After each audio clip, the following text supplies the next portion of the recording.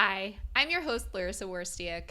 Through this podcast, I aim to empower and inspire jewelry entrepreneurs and innovators so they can thrive by doing what they love. I'm passionate about digital marketing for jewelry brands, and I'm excited to share my passion with you. This is episode 134, and today I'm going to share my interview with Melissa Becker, a vice president of Berkley Asset Protection, a Berkley Company, and global specialty insurer dedicated to jewelry, fine art, and other collectibles. With a 20-year career in the insurance field, Melissa now serves as the marketing and communications leader for its global jewelers block, personal jewelry, and fine art practices. Melissa is also responsible for leading Lavalier, which is a direct-to-consumer personal jewelry platform. In this episode, Melissa and I speak about the importance of value-added services in jewelry marketing. So when I say value-added service, I mean those above and beyond things that will help your jewelry brand distinguish itself from competitors. For example, most wedding jewelry brands offer a service like free ring sizing when it's within a certain period of time after purchase. That's a pretty standard service that I see among wedding jewelry brands, and they do that to stay competitive among each other. However, how many jewelry brands go above and beyond to educate their customers on things like long-term care and cleaning of their wedding jewelry? How many jewelry brands go above and beyond to educate their consumers on something like appraisals or even about insuring their products? How many offer a service for something like planning the perfect proposal to go with the engagement ring? A value-added service is anything a customer wouldn't necessarily expect you to offer and isn't just something that you're offering to kind of keep up with the Joneses of your competitors, as they say. So by offering value-added services, the services that will help you really stand apart from your competitors, you can focus on creating what's called true lifetime value with your customers. No brand should be spending all of their time, effort, and marketing budget on customer acquisition all the time. It's just not sustainable. It's not a sound business strategy. Instead, jewelry brands should be focused on making lasting impressions with their customers so that those customers keep returning again and again for more and more. Over time, this will reduce cost in your marketing spend, and it really allows you to plan for the long term of your business. These value-added services that you decide to offer can be handled in-house, or they can be handled through maybe a partnership, like the one Melissa talks about in this episode. So she's going to explain how jewelers who have partnered with Lavalier have been able to surprise and delight customers and build trust, which ultimately leads to that thing that I talked about, lifetime value. Customers really crave that personalized attention, and they need and want more guidance than you probably even realize. This is not a sponsored podcast episode or any sort of personal endorsement for Lavalier Jewelry Insurance.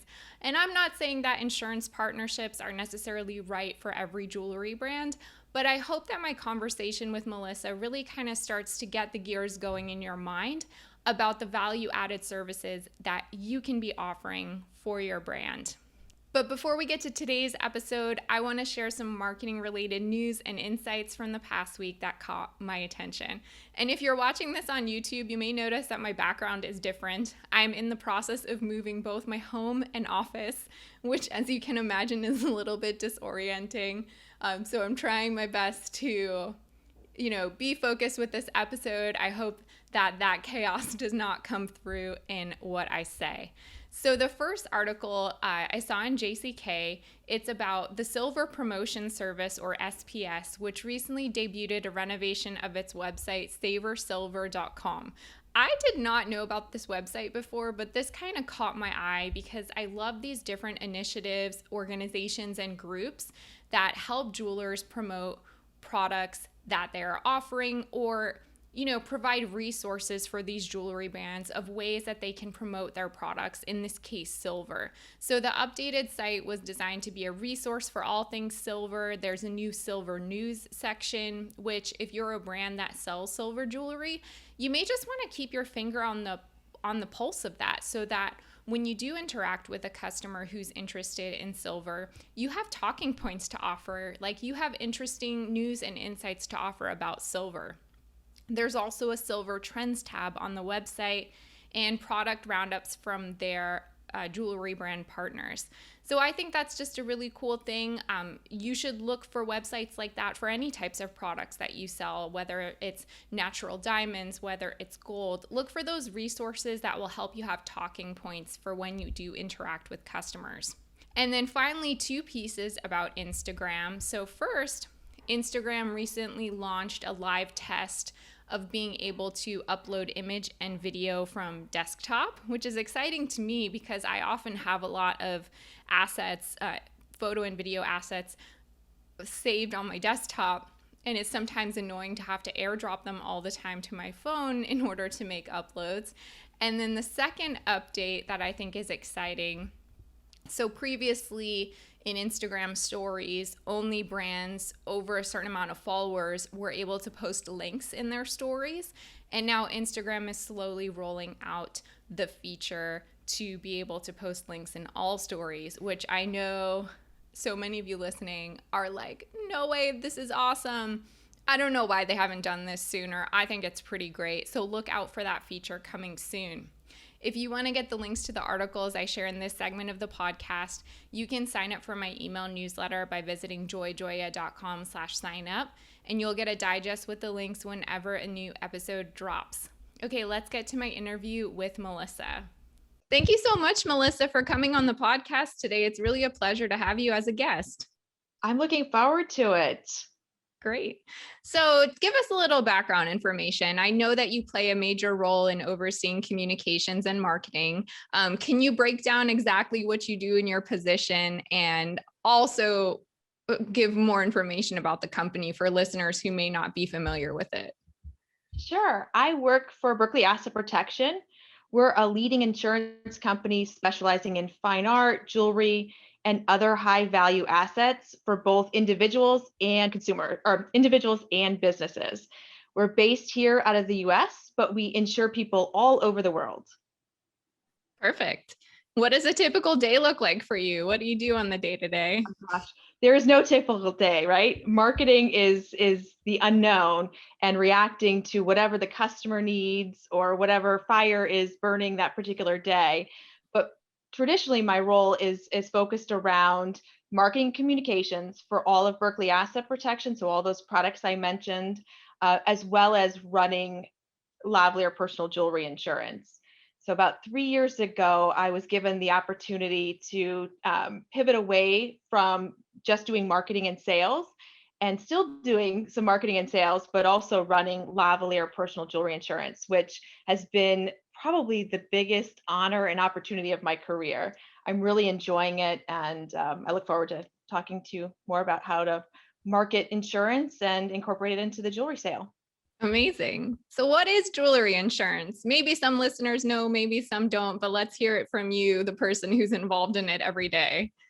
Sure. So the commercial or jeweler's block insurance is designed to protect really anybody associated with jewelry. So the designer, a retailer, wholesaler, manufacturer, or any combination thereof, as long as they're part of the jewelry industry.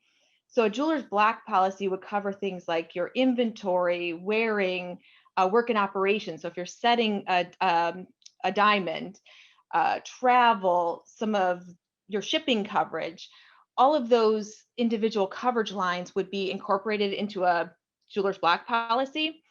And what normally happens is the individual jeweler would work with their local agent to provide those details, and then the agent works with Berkley Asset Protection or the insurance company to provide a manuscript or unique policy to cover those specified needs. Why would this be important for a business? Are there certain jewelry businesses that maybe benefit from it more than others? I say that everybody needs insurance. I don't care if it's personal or commercial. I think everybody's been impacted by an insurance claim at some point. So whether you're in a new designer opening up shop or a big international conglomerate, you have an opportunity for a loss. So I think, having an insurance policy is just a peace of mind to know that if the unfortunate happens, there is a stopgap, and somebody, a company that has your back and will step in to help you recover your loss. An insurance company can also offer some great tips. Oftentimes we get a call from a customer that's moving locations or redesigning their show floor, and they'll ask us, oh, can you help me with the safe, or can you help me understand what to do with my alarm system, or how I should best design my floor plan. And we certainly will jump in, and our loss prevention team will offer any tips and work with architects to help design that floor plan. In addition, our website, berkleyassetpro.com, has a ton of free resources for the jewelry industry on, if you're going to a trade show for the first time, here's some loss prevention tips. If a hurricane, unfortunately, is coming your way, here's a set of guidelines, a checklist of things you should keep track of. So we offer more than just, in the event of a claim, you get a check from your insurance company.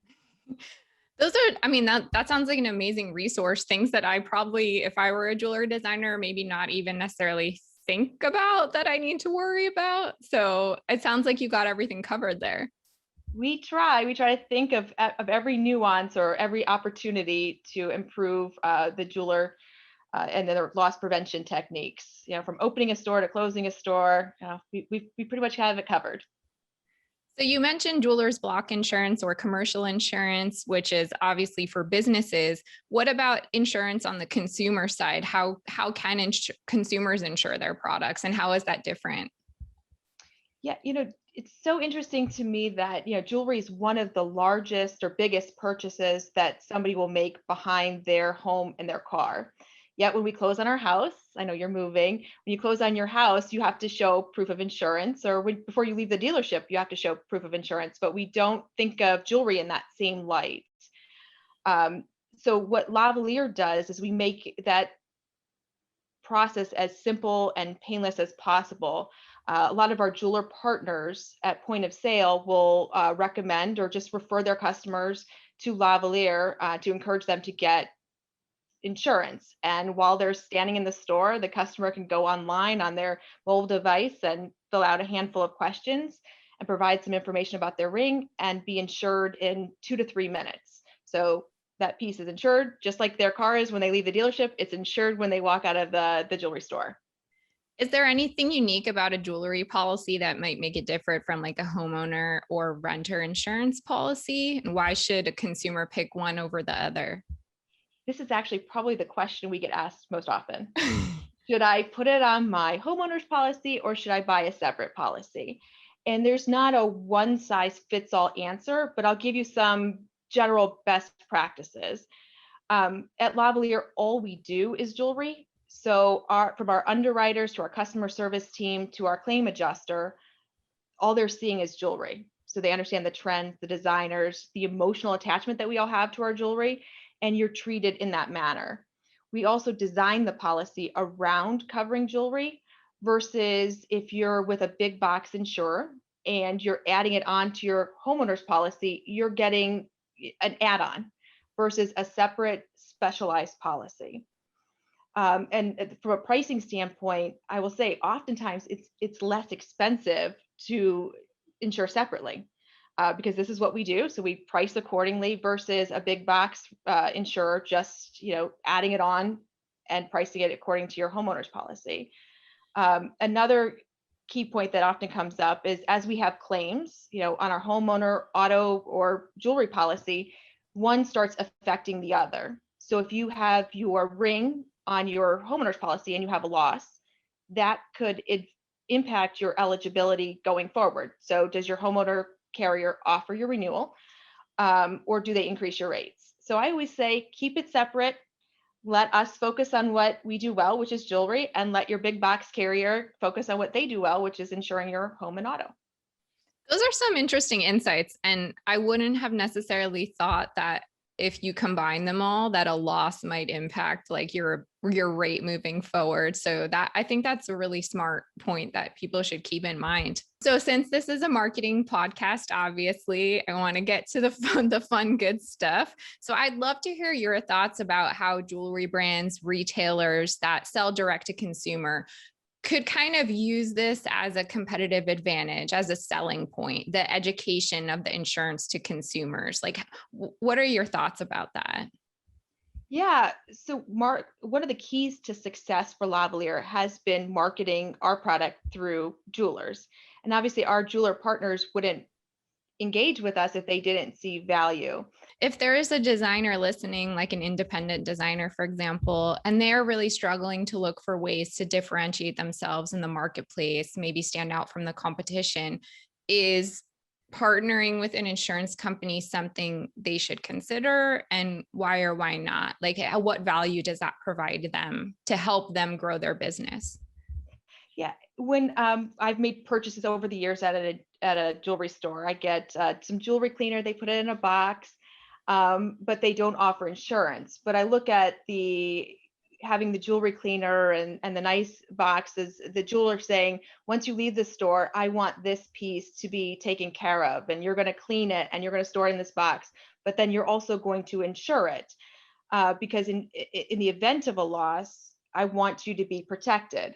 There was a young man recently, like in the last 6 weeks, that picked up his engagement ring from one of our jeweler partners. And he was so nervous that he took the piece with him everywhere he went. So he went to Starbucks, then he went to lunch. I think he went to the gym or dinner in the gym. And somewhere in between, within the first 24 hours, he lost the ring.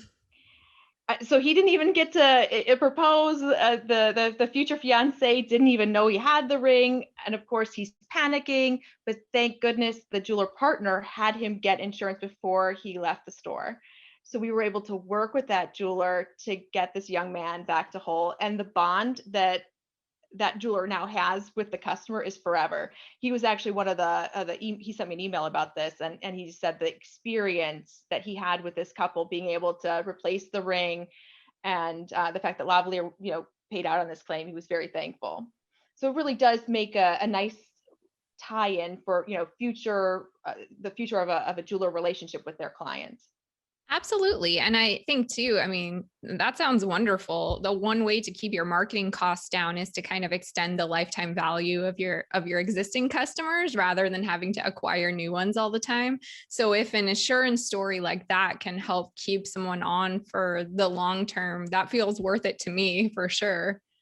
Absolutely. And the one other thing that we do at Lavalier that our competition doesn't is we do a lot of co-branding. So for instance, if a jeweler partner wants to allow us to use their branding assets, we know who their customers are that are within Lavalier, and we can send a co-branded marketing piece to say, oh, you insured your engagement ring, but we know that there's a wedding band out there somewhere, and consider going back to XYZ jeweler to get that wedding band, and then insure it with Lavalier.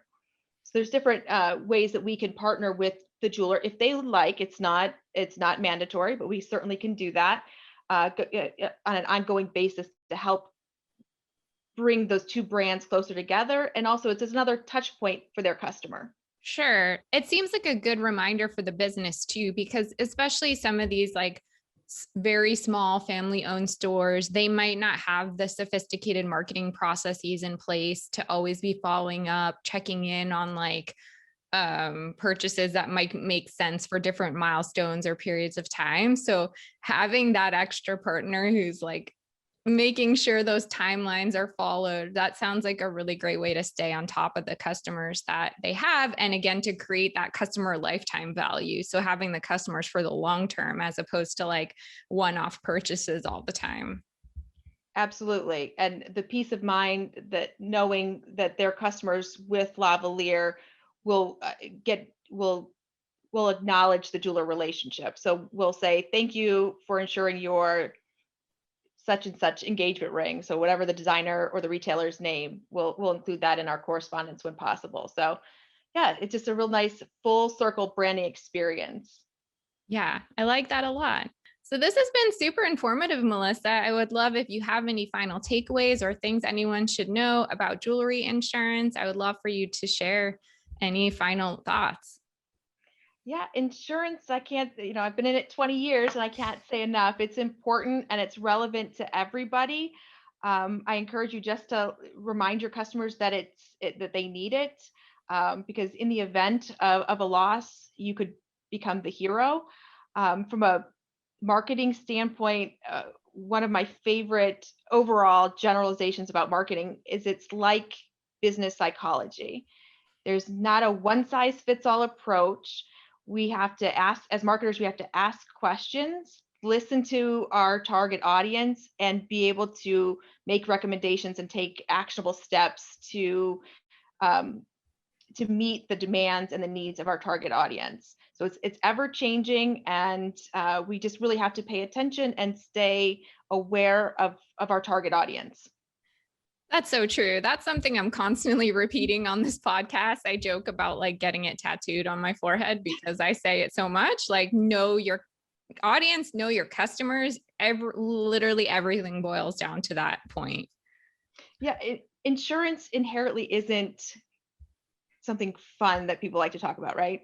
So when I'm designing an ad campaign, the great part of it is I get to deal with jewelry and art. So if I'm doing insurance, I'm so thankful I'm in jewelry and art because it's fun and interesting. But when I show it to my peer group, they're like, "Whoa, that's risque or that's bright," because it's so unusual from what you traditionally would see for insurance marketing.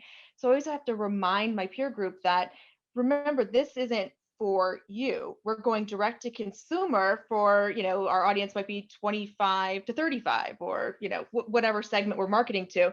So you have to look at it through that lens and not the lens that we're accustomed to. That's a really great reminder as well. Well, thank you, Melissa. It's been a pleasure to have you on the podcast. I appreciate your time and all your insights. Same here. I'm very thankful for the opportunity. So, what do you think? You can always email me, Larissa. That's LARYSSA at joyjoya.com. And as a reminder, my book, Jewelry Marketing Joy, is published and ready to ship. If you'd like to learn more, you can visit joyjoya.com/book for all the information.